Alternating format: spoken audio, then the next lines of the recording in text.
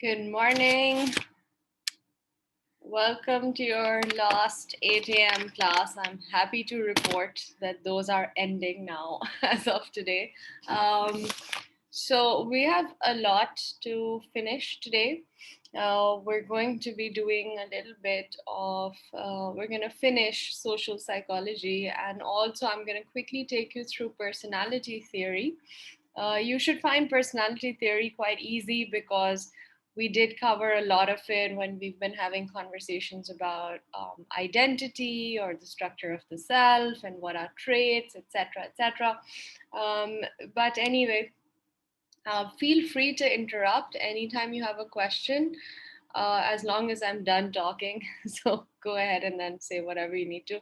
Uh, sorry. All right. So last class, if I'm not mistaken, we stopped somewhere around a discussion of group behaviors, out group and in group, and we also, I think, were talking about antisocial behaviors. Am I right? Because we had already talked about how groups sort of support each other to remain a group. Remember, group think and group polarization, where if you're part of a certain group, your beliefs and preferences of the group become stronger and stronger because you keep getting reinforced by other people. So if for instance, a particular group of people that supports a political party will continue to support that political party and not be able to see, number one, the objective realities outside, which is a process that we call group think, because you don't want to disrupt the group, right? You don't want to have conflict within the group. And so, very sort of subconsciously or unconsciously, the group does not really consider the actual realities. Or it can also be in group polarization is happening, whereby everybody's beliefs about that party within the group only become stronger and stronger because the group relies on itself to reinforce and validate those perspectives. So you've got these two processes that keep groups together and keep groups going strong, right? Um, and then we move on to, obviously, there are times where groups are not, let's say, not all groups are good groups, right? Or grouping people is not always something that we know to be a positive characteristic of human social behavior.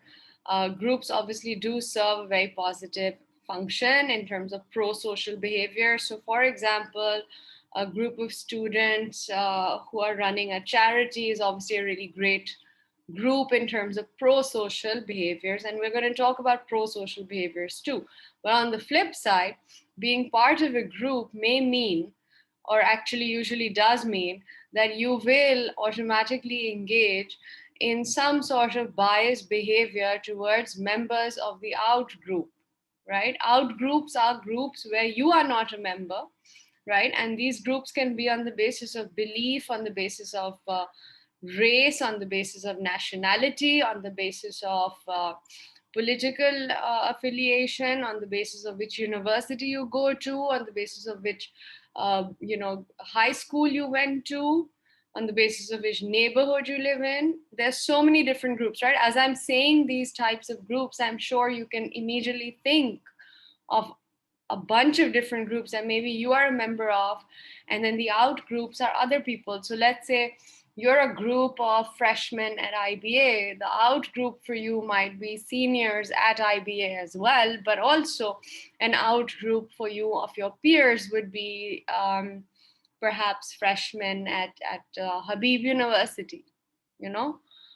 So just very broadly defined. But obviously, in reality, membership of a group can have some negative consequences for larger society, because as human beings, we're very, very good at and this is an adaptive trait. It helps us survive, but obviously in today's day and age, it's become maladaptive for a lot of reasons. But that is that we are always going to be biased against people who are not members of our group, right? And that bias, when it's a negative bias, we call it a prejudice, where the members of out groups are just sort of generalized. The group is supposed to be completely homogenous, right? Homogeneous meaning that all the members of the group are supposed to have the exact same characteristics, and those characteristics are generalized across all of them. Okay, so some examples of these sorts of stereotypes, that's what they're called, because they're not justifiable beliefs, they're not rooted in the actual ground realities.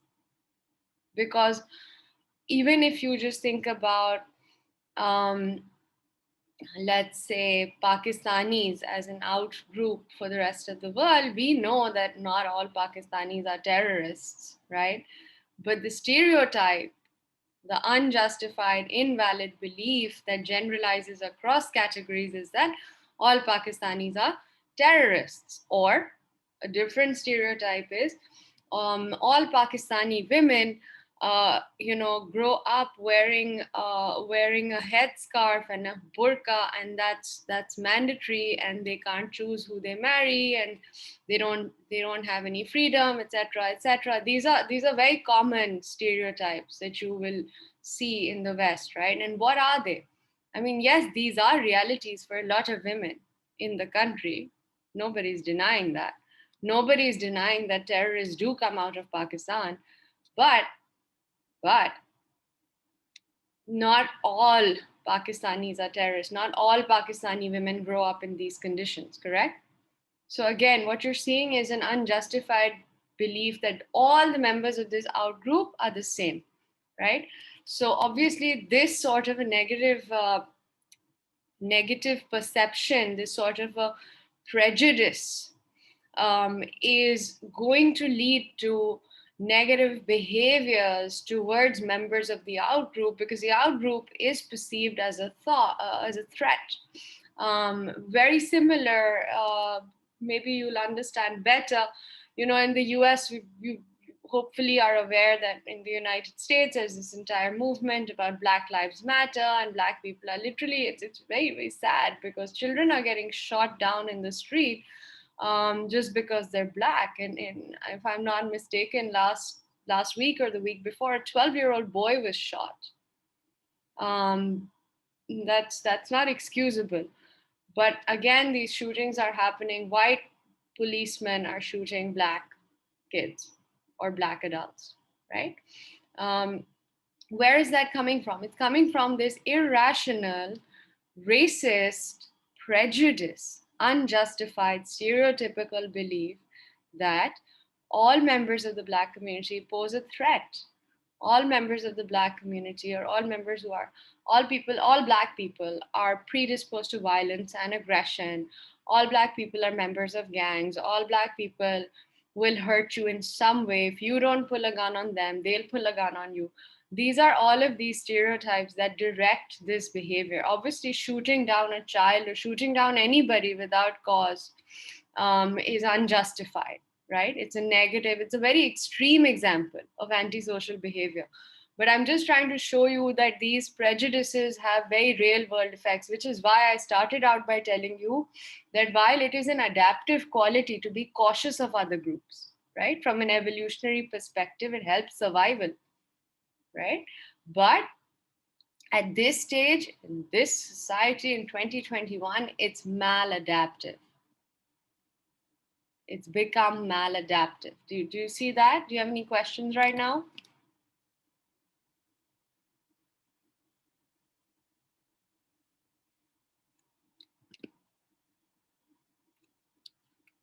Okay, cool. Um, so, like I said, it's about in group and out group.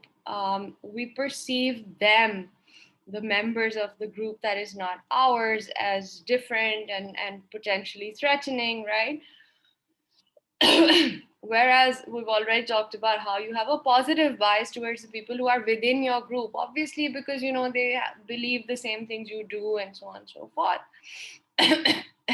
Sorry. Um, But at the same time, um, because we are also prejudiced and we are so likely, yes, sorry, I just want to point this example out. The sectarian violence or Shia Sunni genocide, good term actually for what's happening now, is a really good example of, again, how prejudice leads to antisocial behaviors, right?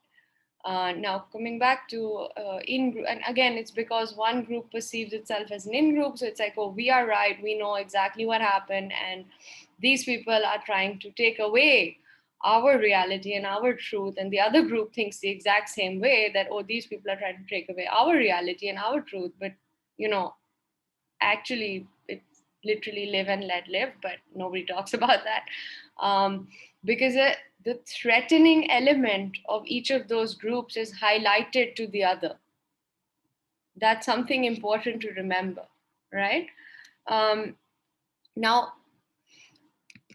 we also know that there are people out there, for example, the very infamous, the cop in Lahore who, after, and this is a unpleasant story, so after the gang rape of this woman on the motorway, there was a policeman responsible for safeguarding the woman who actually turned around and said, well, it's her fault, right? That sort of completely awful thinking. um, okay, I'm going to replace awful, it's a value judgment, I should be objective. That kind of completely unjustified thinking, right, comes from something which is called the just world phenomena. Okay, the just world phenomena. And you'll see this in so many people around you. It's very common. In fact, you will also practice it at different points. I have also practiced it at different points. I probably will continue to, on and off.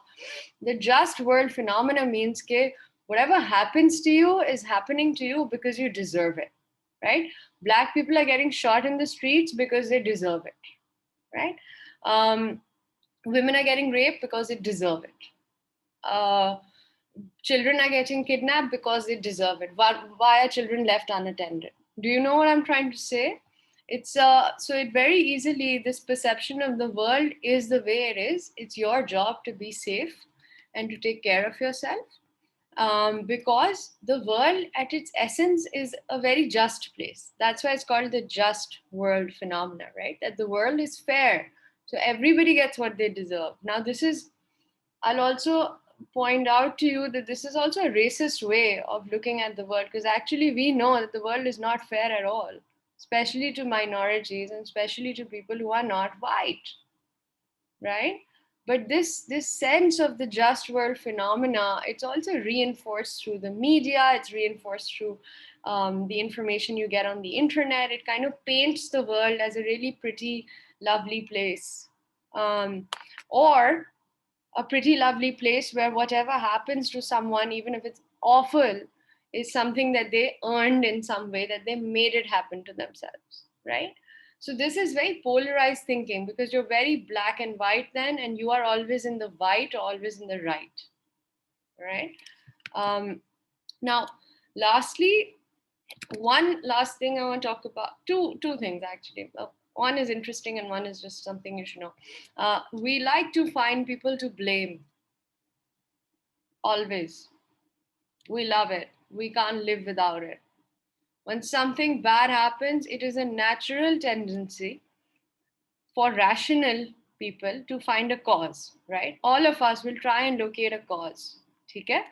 But but now when you add prejudice to the mix and you think about the fact that uh, you're coming from this perspective that whatever happens to whoever is something they deserve, when you come from that perspective, what is happening is that you are very likely to immediately jump to the conclusion that when a bomb blast happens, members of XY ethnic group must have done it, right?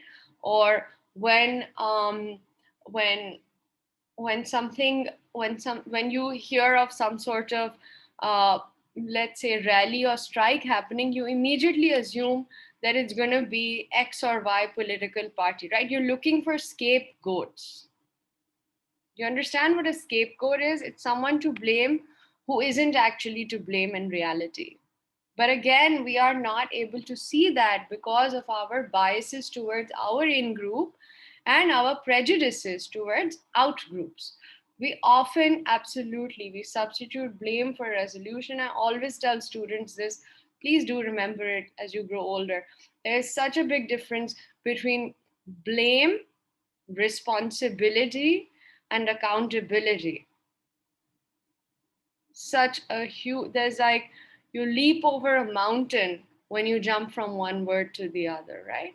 And that shift when you go from blaming people to thinking they're responsible for something and then going into holding them accountable for something, and there's such a giant shift in your perspective. You will become a much less angry person, I can guarantee. It's really helped me. All right, now the interesting thing I want to talk to you about is something called Schadenfreude.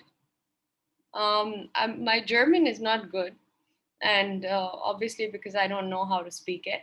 But Schadenfreude is this really strange, perverse pleasure we get out of other people's misfortunes. Okay, it's like when you see a celebrity fall flat on their face at an award show and you laugh, that's Schadenfreude. It's really really common. It's like uh, these days everybody is like able to travel and take trips, etc., etc., at least has been able to for the past 3 4 months. And I've seen so many of my friends going and taking these wonderful vacations. And I'm like, okay, I can't do this, I have too much travel anxiety and COVID, whatever. And every time they go on vacation, I feel a lot of what you people think of as FOMO. You have to fear of missing out. So I experience a lot of that, right? And obviously people Instagram the crap out of their COVID vacations. It doesn't help me.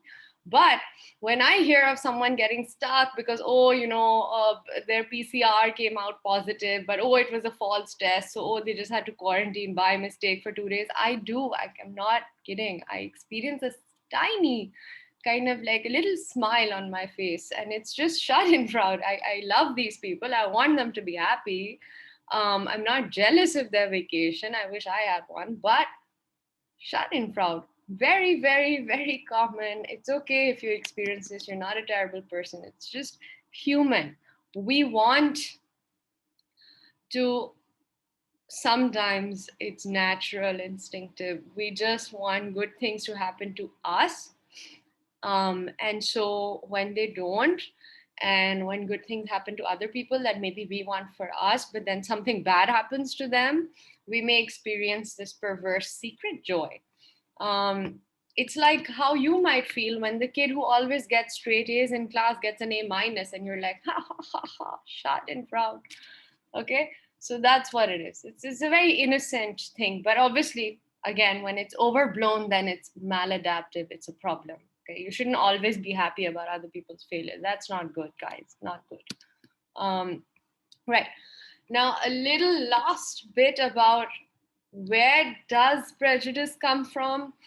Obviously comes from how you grow up, your environment that you grow up in, what kind of messaging the world is giving you.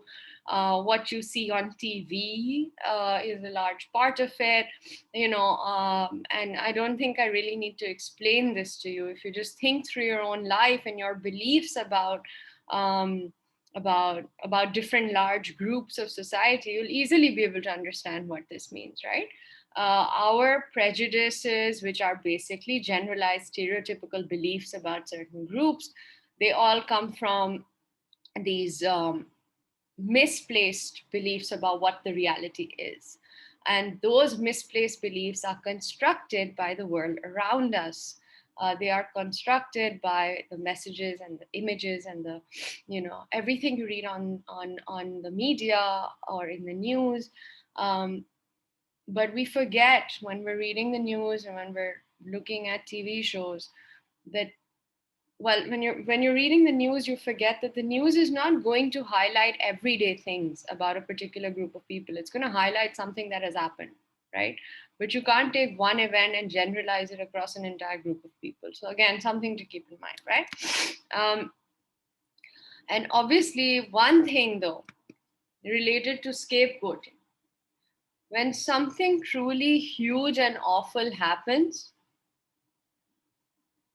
and you find out that a member of a particular group is responsible for that something huge and terrible. Remember, scapegoats, right? The reason you're scapegoating people from then a different part from the same group when something else happens is because that one off event was so bad and so extreme, so big, that the impact it has created has reinforced a stereotype. ठीक है? So 9/11 के बाद what happened? All Muslims, yes, absolutely, all Muslims are terrorists, which is crap. But because of the extremity of that belief, of that event, sorry, of 9/11, the scapegoat then became Muslims. Do you follow this? Right? So it's the shock of that event. Or, well, yes, how people perceive Germans for a long time after the Holocaust, or how people continue to perceive Russians because of the Cold War, right? Russians actually face a lot of discrimination in the US. So again, these big events, right? They sort of create these ripples, and those ripples are very long lasting and very enduring ripples of stereotypes. Yes, Shahan, that's a very good example of violence against Asian Americans right now, because again, it's like they caused coronavirus. Completely wrong, but that's the belief, right? So, all right, now quickly moving forward. Let's see. Right, this is something. Okay, so the science of this is basically that it comes from your hormones or from hormonal balances, or well, there's a specific hormone called testosterone, which leads to aggression. And aggression is something that leads to a lot of violent behavior, right? Emotional violence as well as physical violence is caused by aggression. Interesting fact, women and men both experience aggression, but when you're growing up, the theory always said that girls are less aggressive than boys. And the thing is that that's not actually true. Girls are also, and this is, remember, please to clarify, this is during adolescence where testosterone is a hormone that boys, let's say, secrete more of, but but testosterone is present in girls as well. And adolescence is a stage where you're kind of balancing things out, right? Which is why, if you think about who you were from age 11 to 14, you're probably a little embarrassed. But it's not your fault, it's just the hormones. Anyway, so so girls also experience aggression, but the reason that studies continue to report for so many years that girls don't have as much aggression as boys are wrong, because girls express their aggression in the way that they are raised. Girls are raised, socialized, brought up to be what? Quiet and polite, right? And so women will express their aggression quietly and politely. I bring you again to my favorite example of the movie Mean Girls, right? Girls express their aggression by excluding. Girls express aggression through relational dynamics. It's called relational aggression. Boys, on the other hand, are brought up to express whatever they're feeling and to do whatever the hell they want. And so boys express their aggression physically. and verbally, right? Girls can also, by the way, express their aggression verbally, but again in a less in a more muted way than boys. Yes, for boys it's normal for them to be aggressive. It's actually rewarded, unfortunately. um, and so what we also know, however, some people are a lot more aggressive than others, right? Think about people who become kickboxers or MMA fighters, or people who play really rough contact sports, men and women both, like football or what's it called, rugby or soccer, whatever that game is called. Um, People who play those games and who are really good at them, right? They have an instinct towards aggression. That's what makes them so good at these games. There's a drive towards aggression. Okay, but that's a very positive example. On the antisocial front, when you hear of people who have inflicted great violence on other people, right? Serial killers, for instance, they have a great deal of aggression. Now we know that people who have such extreme aggression as to engage in antisocial behaviors actually have this gene. It's called the warrior gene, AMOA. Sorry, M M. I want to MAOA. MAOA. Just remember the warrior gene, and if the warrior gene, and it's obviously a Y gene, so a male gene. If the warrior gene is activated, you're going to experience a lot more aggression. All right. But again, I'll remind you that it's not just, oh, you have the warrior gene, you're definitely going to be a serial killer. That's not the case. The environment plays a large role in that, right? So, is the gene going to continue to be recessive, meaning कि वो activate नहीं होगा, right? Or will it be activated? That depends on life experience. We've learned this so far. And so when people grow up in very toxic environments, lots of abuse, lots of neglect, they're likely to then experience the activation of the warrior gene and may have a lot more aggression. Also, if they don't have the warrior gene, and Ramin, yes, it is related to survival, but if people do not have the warrior gene, they may still exhibit unprecedented, very high levels of aggression if they have been exposed to trauma and neglect. Because when you are exposed to that, there are, remember, especially in your childhood, there are alterations to your brain development. We've talked so much about plasticity in this course, right? So obviously, fark padta hai uspe. Aggression is a very complex phenomena. You can't just say it's just testosterone or it's just the warrior gene. It's a lot about what you are receiving from the world as you grow up. Okay, so keep that in mind as well. With aggression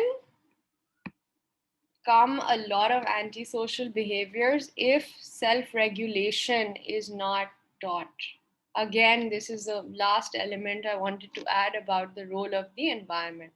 So when self-regulation is not taught, people will lose their cool at the slightest provocation, right? आपने गाड़ी का दरवाजा जोर से बंद कर दिया, somebody will completely lose their mind at you. And that's again like unchecked aggression, right? And needs to be regulated. But that's a very small example of an antisocial behavior. Have you ever tried to tell somebody, have any of the girls in this class ever tried to tell a man to stay in line behind you? Try it. It's a lot of fun, a lot of aggression there.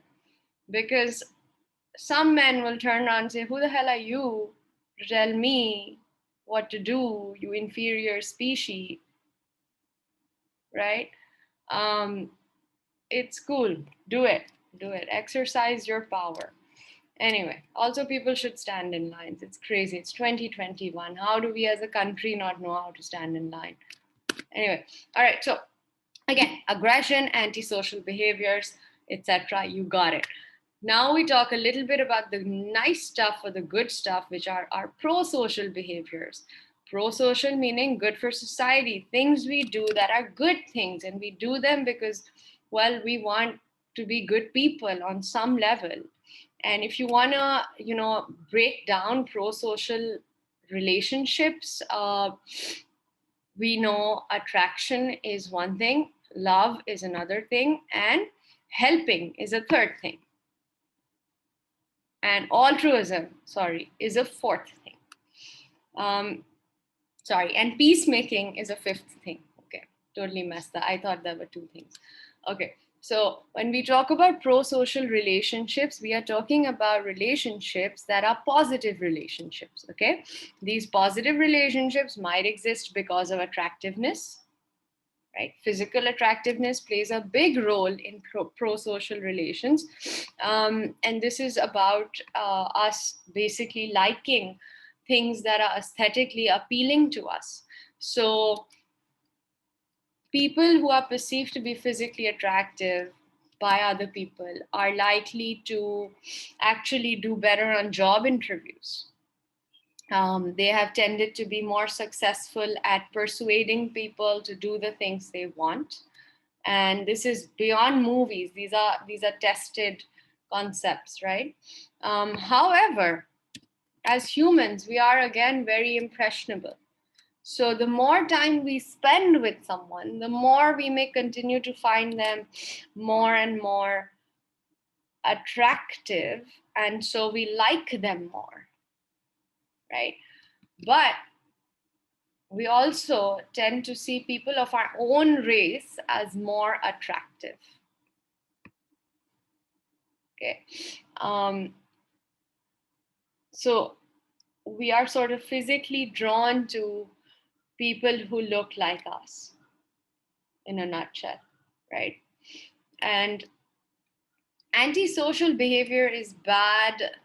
I don't like to use words like bad, but I mean, think of some of the antisocial behaviors I've described, right? Gun violence, antisocial behavior. School shootings, antisocial behavior. Um, Hating on women, totally antisocial behavior. We're 50% of the world, man. Um, so again, that's why, Sharon. Um, Now, coming back here.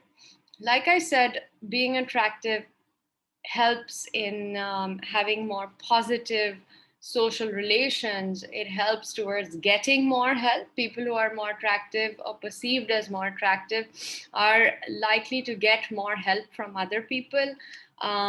And also, attractiveness is dependent on how similar the other person is. So, again, race is part of it, personality, preferences, tastes are also part of it. You're likely to feel more attracted to someone. And I'm not just talking about sexual attraction here. I'm talking about, you want to be friends with someone, you're going to look at these things, right? You're going to look at how similar they are to you, tastes, preferences, beliefs. I mean, you should also be looking at that in someone you want to have a relationship with, just saying. But that's what determines your connection, right? So think of it as antisocial relations as being disconnected, and pro-social relations as those where you are connected to each other, right? Um, Now, the second thing we talk about is obviously love. But in movies, you always see love as something very, emotional, and, I'll write a song for you and I'll sing it outside your window and we'll run away together and blah, blah. That's true for some people. It's called passionate love. All right, it does exist. Movies are not reality, but passionate love, which is based on a surge of emotion, that's real. That's true. Okay. Again, think through connection. But passionate love, if I remind you, we did study the two-factor theory, right? Whose was it? Schachter and Singer, or was it Ledoux? Okay, I think two-factor was Schachter, Singer. So what they said was that you have to experience, okay, it was Schachter. So you have to experience a certain physiological arousal and label it as something, right? So a lot of times you hear someone saying, oh, I fell in love. And they're like, I see this person and I have all these butterflies in my stomach. Actually, those butterflies in your stomach are most likely because you're 15 years old, full of hormones, and have just seen a pretty girl or a good looking boy. Okay? You're not in love. You're infatuated because of your hormones, but you're labeling it as love, right? So that's where passionate love comes from. Second kind of love, far more enduring, very good love to have in your life, companionate love. Remember about proximity and about liking because of preferences and beliefs and finding someone attractive the more time you spend with them. Companionate love is affection. Okay? So it's what happens after the passionate love has passed. Or it can happen alongside bursts of passionate love. But companionate love is where you have this enduring, deep affection. Affection is not something that is butterflies in the stomach. Right? Affection is constantly releasing oxytocin because of this person. And constantly releasing the oxytocin and feeling warm and fuzzy because this person is attractive to you. This person is someone you are attached to, you trust, you believe in. So there's a lot of cognitive complexity there, is what I'm trying to say, right? It's not just about the physiological state. So again, something for you to, something for you to think through. Especially now that you're old enough to be at university, be very careful with your relationships. Don't ever compromise on two things, on equity, equality in a relationship, right? Power floats. Nobody should ever have power over someone else in a relationship. You can both have power over each other. It's brilliant. But again, be careful. Be careful with yourselves. Now, third thing, altruism. Have you ever seen that whenever there's a bike accident on the road, there's going to be like 50 people standing around and not doing anything? And then finally, one person will step forward, and then suddenly another person steps forward, and a third person, and a fourth person. Very simple. Bystander effect. We don't like to help because we feel like somebody else will help, right? So it's not just about noticing that this accident has happened. It's also about perceiving the accident as a place where your help is needed, and then to take responsibility that only your help is needed. Okay, but when you are in a group of these 50 people all staring at this bike accident, everybody's thinking that somebody else is going to do it, right? Somebody else is going to reach out and help. That's the bystander effect. Bystander effect, we only help if we actually A, notice that our help is needed, B, think that our help is needed, and C, think we are the one responsible for helping. See? Now, the one example of bystander effect is very, very sad, and I'm just going to tell you that it's very sad and depressing, so just know that. It's also very violent. This woman named Kitty Genovese was stabbed outside her building multiple times. And if I'm not wrong, there was also some sexual assault, if I'm not mistaken, involved. And she was stabbed and this is, I think, in the 70s or the 80s. It's in your textbook. And so what happened was that she's being stabbed in the street and she's crying out for help outside her building, and nobody helps her. Yes, Pilawing study. Nobody helps her. Bystander effect. Everybody's thinking somebody else is going to do it. Okay.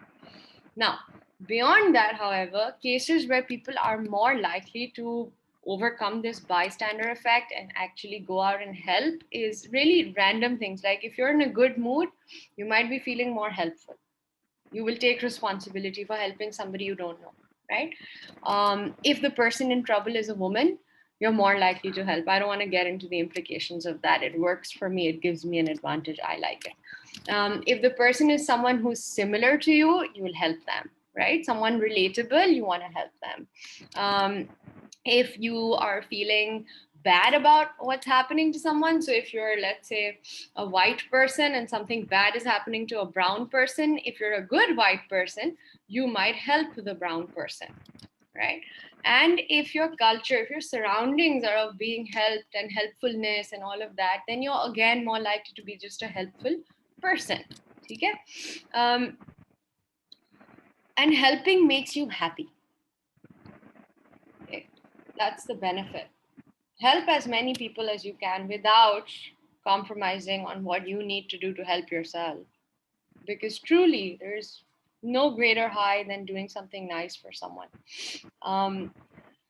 Now, going back to pro-social relations, second last thing is, why do we help people? Remember, I told you, help people because you feel good about yourself.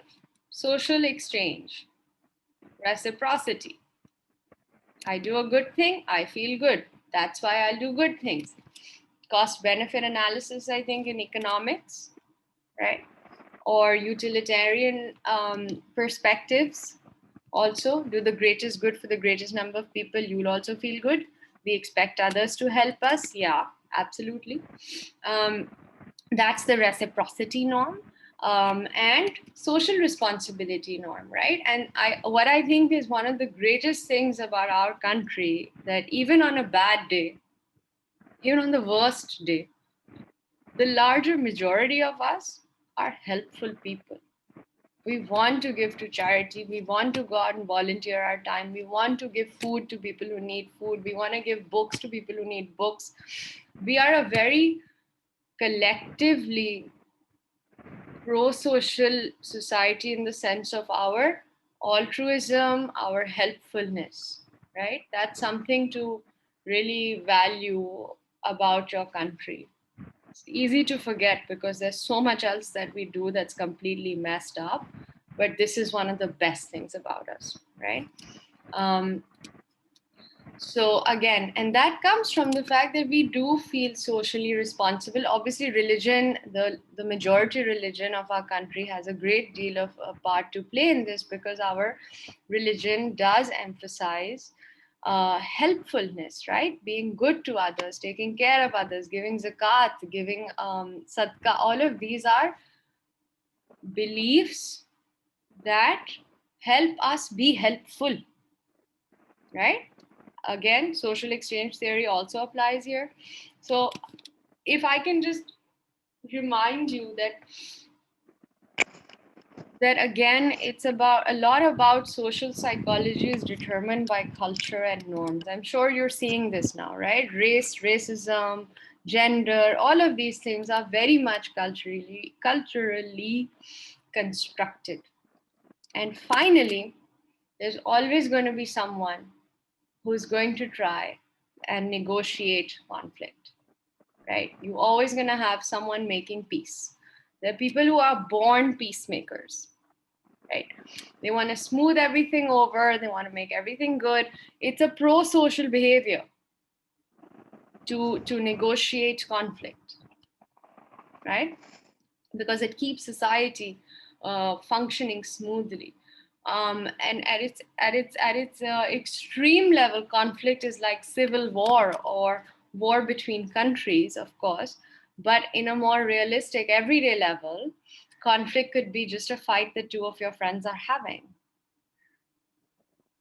And maybe you're the friend who's having the fight, but maybe you're the friend who's making the peace, right? And when you're peacemaking, you're basically trying to make both people communicate better with each other. And incidentally, good communication, open communication, has been proven by research to be the most effective way of mediating conflict. You cannot mediate conflict, let's say, between two 5-year-olds fighting over a candy bar by simply splitting the candy bar in half and giving it to each of them. They will have that conflict again. You have not mediated the conflict. However, if you sit those 5-year-olds down, you say, hey guys, you know what? If you share this with each other today, maybe tomorrow one of you will have this candy bar and then you'll want to share it with him or her or them or whatever. And then the next time The child has this bar. He's like, oh, I should share it. It's a good thing to do. And then he asks the other child, do you want this candy bar? The other child says, yes, I want this candy bar. And the other child says, well, if I give you half of my candy bar today, when you have a candy bar tomorrow, will you give me half? And the child says, hell yeah, no, sure, yes, I will. And the next day, he gets a candy bar and he gives his friend I'm just going to go with the male pronoun here. I feel like boys think simplistically. And so he gives this boy another candy bar. And so, this candy bar exchange is lovely and it continues till they're both told by their parents that they're eating too much sugar. But look, communication happened, right? Do you get it? So we want to make peace. We don't want to have conflict. Obviously, it is not good to always negotiate every single conflict, right? When bad things, unjust things happen, that's not a conflict that you want to very easily just talk through. You want action, you want remediation, you want reparation. Okay? Um, yeah, childhood memories. I had a friend I grew up with who's known me since I was 10 years old, maybe actually, no, since I was 6 years old. 30 years we've known each other. And I remember that when he would come over, the one favorite thing he would do to me is we would sit down to eat lunch and he would just tell me to look somewhere and I would look where he told me to. And he would take my plate and hide it. So I was always hungry. And I still remind him of this, always. It's amazing that we've been friends for 30 years. Um, Someday you'll also have friends for 30 years. You need to live 30 years first. Anyway, this is social psychology. And now, amazingly, I have actually today managed my time rather well, if I must say so myself. So, I'm going to quickly tell you a little bit about personality. If you can, sorry, there's a Ramin, excessive peacemaking absolutely can be a trauma response. Yeah, totally. Excessive peacemaking is not actually peacemaking because it's not really negotiating conflict. It's more about negative beliefs about the self, where the self does not really deserve to have its needs met. Okay, if I'm understanding the context of your question correctly, then that would be my answer. All right. Acha. Now, personality theory ka, I'm going to upload these slides for you so you can use those. And I'm going to be super quick because honestly speaking, it's not very complicated what you have to study about personality at this stage. Some core things you need to do.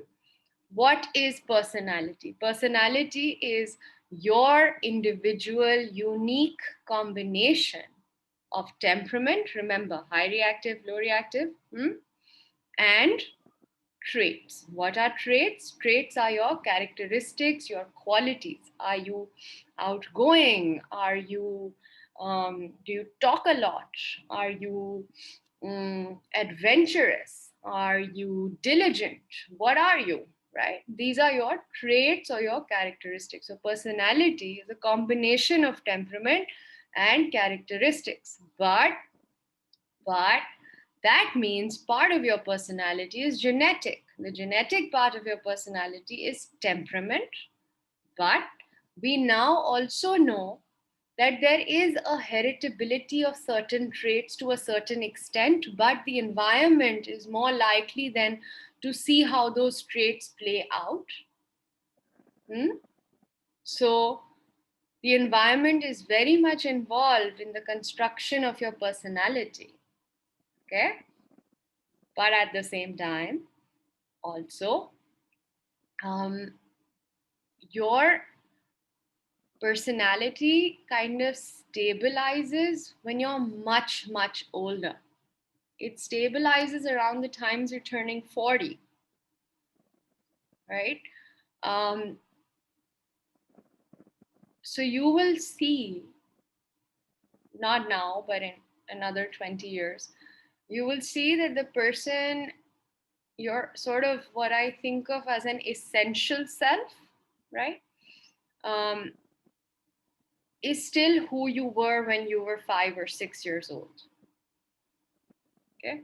But the expression of that Because remember, self-regulation aap seekhte ho, right? And your brain is also maturing. There's plasticity. Your brain is developing. You're learning new things. You're learning self-regulation. You're having new experiences. You're learning lessons about the world that are influencing what you think is good and bad and valuable and not valuable, right? And all of these things are also part of your personality or affect your personality because they construct your identity. Okay? So, um, you will change, but it's unlikely that you will become a completely different person than the person you were when you were 8 or 9 years old. There shouldn't be most likely a very drastic departure from who you've become by 11 years old. The reason I'm stopping at 11 is because after that, peer influences are so massive that there is a shift. There's a shift in your characteristics, in your traits, in your regulation, all of that because of peer influence, because of the experience of a lot more risky behavior. Adolescents are predisposed toward risky behavior because of the hormonal and chemical changes that are happening within their bodies. And obviously, that behavior is interacting with the environment. It does. So, let's say openness is a personality trait. You can be very, very open to new experiences or not. But when you are an adolescent, you're going to be much more open to new experiences, no matter what, because it's very much part and parcel of being an adolescent. You are curious, right? And adolescents, again, will engage in more risky behavior. It is just a function of adolescence. And there's so much more to it, which I wish I had time to tell you, but I can't. So sorry. Someday. Anyway, so now, what are these five characters? Sorry. What we know. Ugh. Okay, feeling time pressure. Taking a moment. Okay. Now, we know that our personality, our temperament, right? We've talked about easy temperament, slow to warm up temperament, difficult temperament, right? High reactivity, low reactivity, etc. Now, the thing we haven't talked about, which we will talk about today, is called the Big Five.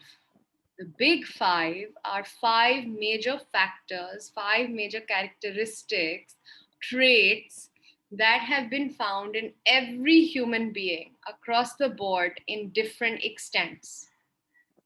Okay? Which in simple English means there are five qualities that you will find in every single person, but how much of which of the five each person has, that's unique to the person. See? Now, these five qualities are conscientiousness, which means how diligent you are, attention to detail, ये सारा conscientiousness में आता है. Extroversion, introversion is another one. Extroversion, very simply put, is how outgoing you are. Introversion is how introverted you are. Then you come to neuroticism, which I think actually I might be wrong. Is it still there?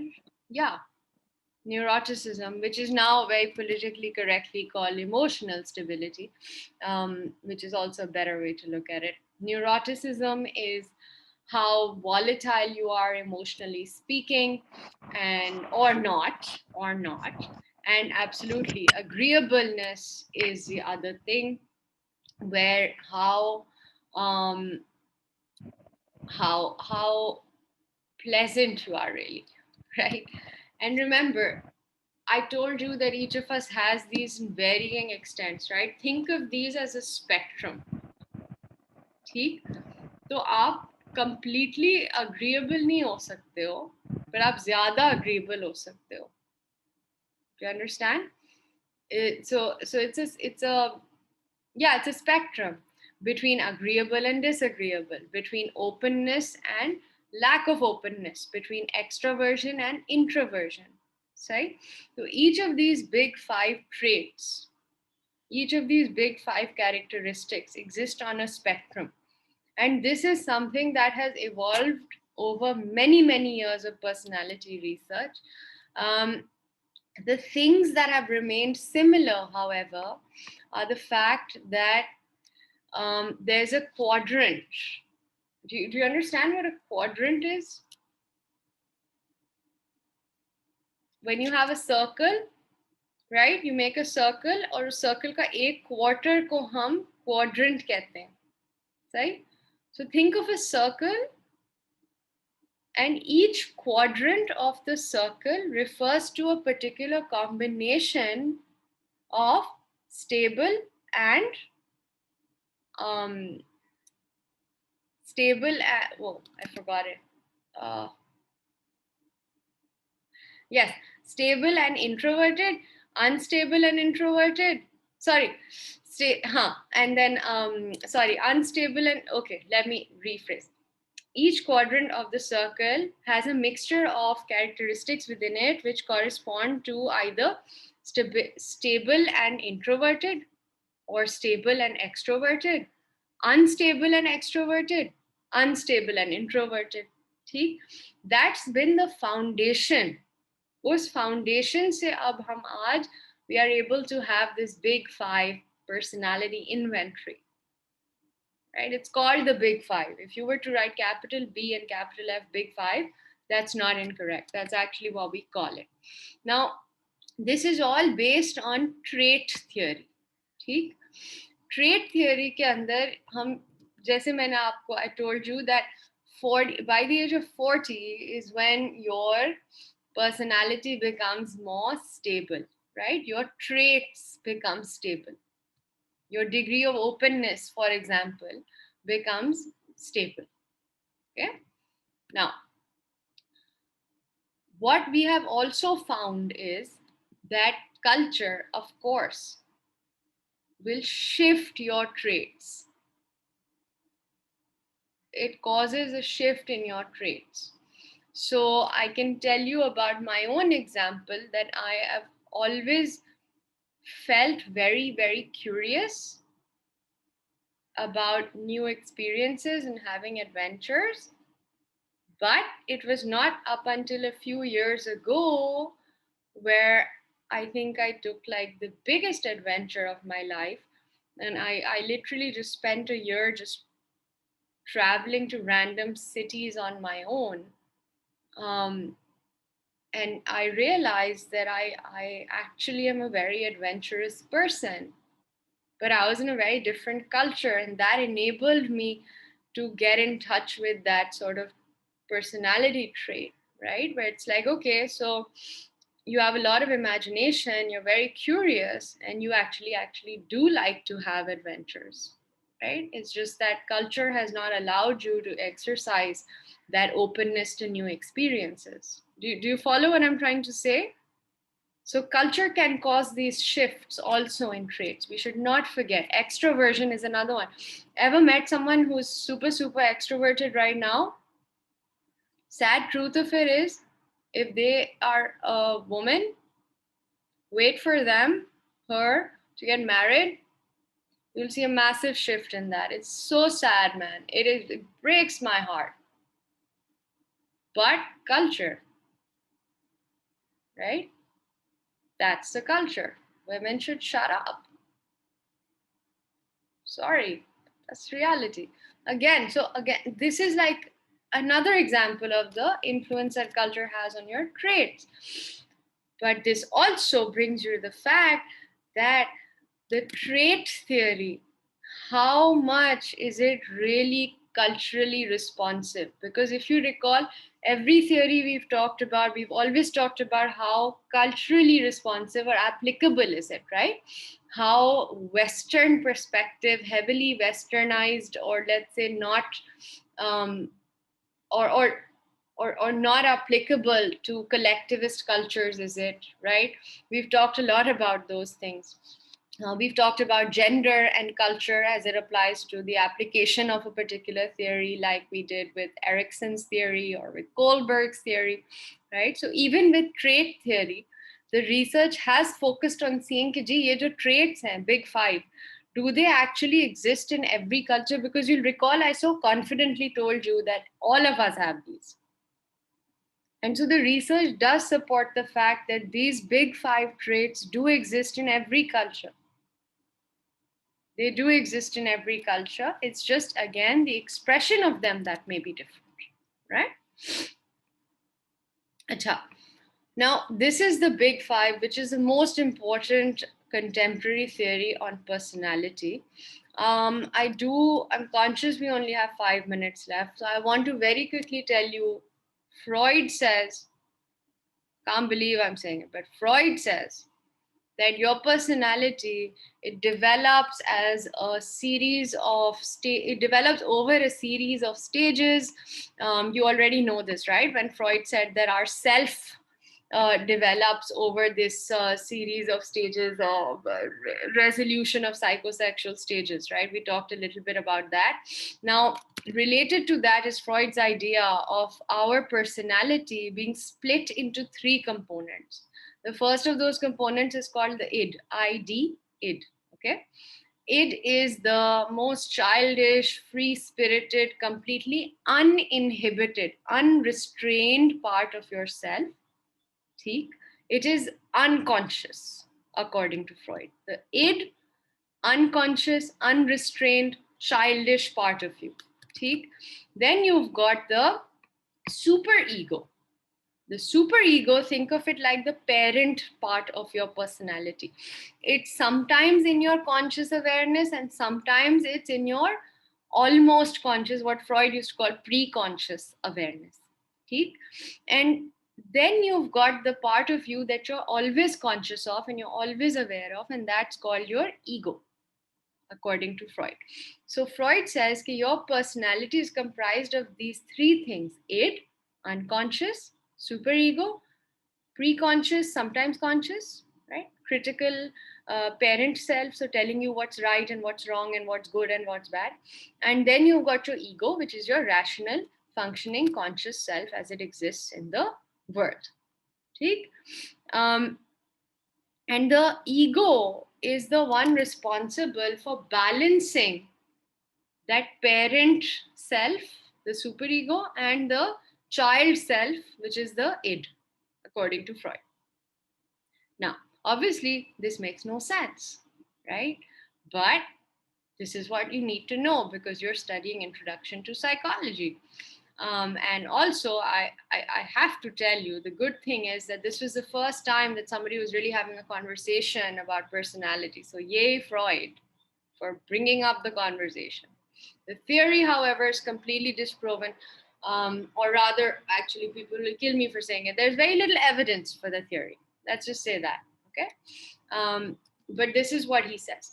And he says, remember, according to Freud, who we are is always just a balance between our aggressive drive and our sexual drive. That's it. We are aggressive sexual robots with part consciousness. Don't write that on your exam. But we become who we become by using what Freud calls our defense mechanisms, which are fascinating if you're interested in, writing a book, very inspirational, especially for murder, horror, mystery novels. Defense mechanisms, according to Freud, are unconscious mechanisms that indirectly help us get rid of unpleasant things that would otherwise cause our ego, right? The part of us that's making peace between the parent superego and the childish id, would cause our ego to completely fall apart and we would just, fall apart as people. And Freud says that we have these defense mechanisms. An example is very commonly used projection. You've heard that Urdu muhavra, chor ki dari mein tinka? That's projection. You are feeling something, but you don't want to accept you're feeling it. So you're going to put it on someone else. You're doing something, but you don't actually want to accept you're doing it. So you're going to put it on someone else. Projection. See? And so this is the problem with Freud. We do these things, right? Denial, for instance, is another defense mechanism Freud talks about, where you refuse to accept the reality, right? You're kind of protecting yourself from the reality. It's not that human beings don't do these things. We do. But it's impossible for us to know कि ये हम consciously कर रहे हैं या unconsciously कर रहे हैं, id और super ego की वजह से कर रहे हैं. Because think about it, denial is also our trauma response. Right? So this is the problem with Freud. That it's just not empirically supported, because we just can never prove the foundation of his argument that the id, ego, and superego exist. We can never prove that actually, yes, we are robots driven by sex and aggression. Right? So again, problems with Freud. Now we're done talking about this silly man. The stuff that is on the slide, you go ahead and read it. I think, all right. I guess the rest of it is quite easy for you to understand. We've already talked about self-esteem as protective, etc., etc. Okay. That brings our last lecture of the term to an end. And I will see you guys on Saturday. By the way, thank you for the 41 who showed up today. Good job, guys. You're all the people who've been super consistent, because I know your names. Your names are familiar to me. Your faces are familiar to me. And that's really cool, because there are 105 students in this class. But you are the 42, 41 minus me. The 41 who've really been consistent and regular, and you've put in the effort, and I'm so happy. I really appreciate you waking up and showing up and listening and engaging. It's been really lovely. And to the remaining 65, because you're going to watch this recording, because you're going to be like, oh my God, I have an exam. What do I do? To the remaining 65, do better, use your time better. But to you 40, thank you very much. It's been my pleasure. I really appreciate it. And good luck with your presentations. I do expect a lot. No pressure, but I do expect a lot. No pressure, but I am expecting a lot. So I'll see you guys on Saturday, right? At 2 o'clock. Yes? No? Is that not the time I gave you? Did I tell you 11? 2, right? 2? Awesome. Okay. So 2 o'clock on Saturday, I will speak to you then. And go take a nap or go to your other class. Don't take a nap, go to your next class. Okay. Thank you very much. It's been my pleasure too. Sana, you have a question? You have your hand raised? Yeah, I just wanted to ask you, You're are we muted. gonna get any guidelines? Can you hear me? Oh no, it's not you. My laptop is muted. I'm sorry. Go ahead. Miss, are we gonna get any guidelines for the final exam, or like what is it gonna be like, and are those details gonna be discussed? Oh, once I've decided what it's gonna be like, yeah, I'll try Okay. and decide by Saturday, but it'll definitely be online. I don't want you to worry about anything. So the exam is online. It's probably going to be a little difficult because it's online. I wish I could have given you all a paper to write, but I can't check 105 essays. I still have to grade your reflective papers. So anyway, um, Okay. yeah, but I'll give you information. Don't. I'll tell you what to expect. But will it Okay. be Thank you, true? Miss. I don't know. I can't guarantee. I might mess with you. I'm just kidding. I won't. You're freshmen. I only mess with my seniors and juniors. All right, guys. Take care. See you. Bye bye.